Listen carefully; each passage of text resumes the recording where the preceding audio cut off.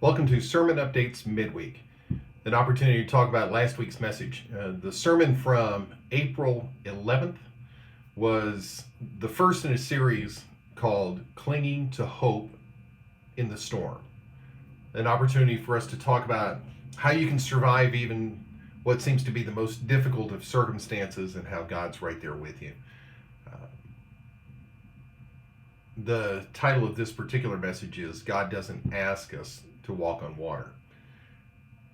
It's an interesting story. It's that age-old story of Jesus being out with his disciples. And he had just spent a long time teaching and healing, and he wanted to go up on the mountainside and spend some time with his Father. And in so doing, he sent the disciples on their way. And they rowed the boat, and they got out of the boat, and they've been rowing for about 9 hours against wind and waves. And you know, when you're rowing a boat, or when you're in a boat in general, and there's rough weather, you can't stop rowing, because if you do, you wind up getting your boat sideways to the waves, and then you wind up being flooded. The boat will actually sink on you. So they had been working at this for about 9 hours. And then in the midst of their great difficulty trying to make headway, trying to get to where they were going, they looked out in the water and there was a ghost. Now, I don't know about you. I don't know how many times you've been out of the frying pan and into the fire, but it's bad enough working that hard to get to where you're trying to go on a boat and worrying that you might drown, but then you see a ghost. Well, the ghost wound up being Jesus. And as the ghost was Jesus, it's interesting that Jesus tells them to not be afraid, to take courage. And you know Peter. I mean, Peter has to do what Peter has to do, which is to often do more than he's really asked to do. And so Peter says, Lord, if it's you, tell me to come. And Jesus says, come. And sure enough, Peter jumps out of the boat. And he gets out of the boat and he starts walking toward Jesus. But he sees the winds and the waves. And when he does that, he starts to sink. And as he starts to sink, Jesus reaches out to him and rescues him. There's a painting. It's a print that's in my office that depicts the hand of Jesus going down into the water. And it's as though you're under the water looking up, and you can see this hand reaching down, and you can see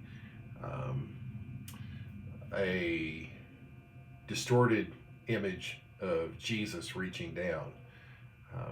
That has been an image that for me has stood at the pinnacle of those moments to where I connect with others in my walk with Jesus. So often, like Peter, I'm willing to jump out there and do things, and I try to do things God never asked me to do. Now, it's true that Jesus asked Peter to come to him, but that was only after Peter said, Lord, if it's you, tell me to come. Sometimes we get caught up in our own vision and in our own mission. And in so doing, there are many times to where we wind up doing things that God never asked us to do, and it very possibly never wanted us to do in the first place.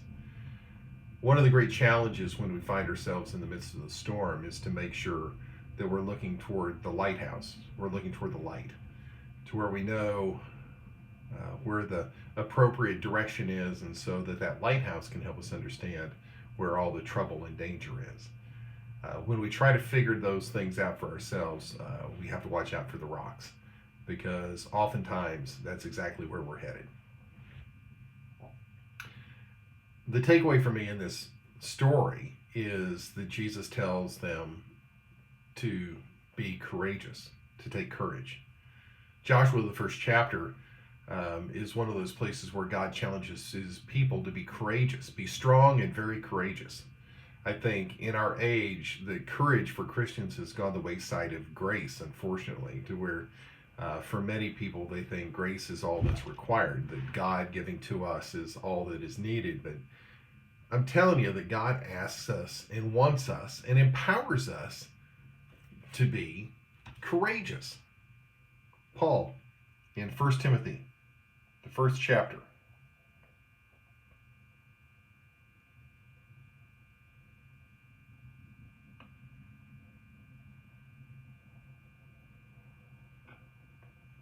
I'm sorry, 2 Timothy 1:7. I shouldn't try to do that without my notes in front of me. 2 Timothy 1:7. It's one of my favorite Bible verses. For God has not given us a spirit of timidity, but a spirit of power and of love and of self-discipline.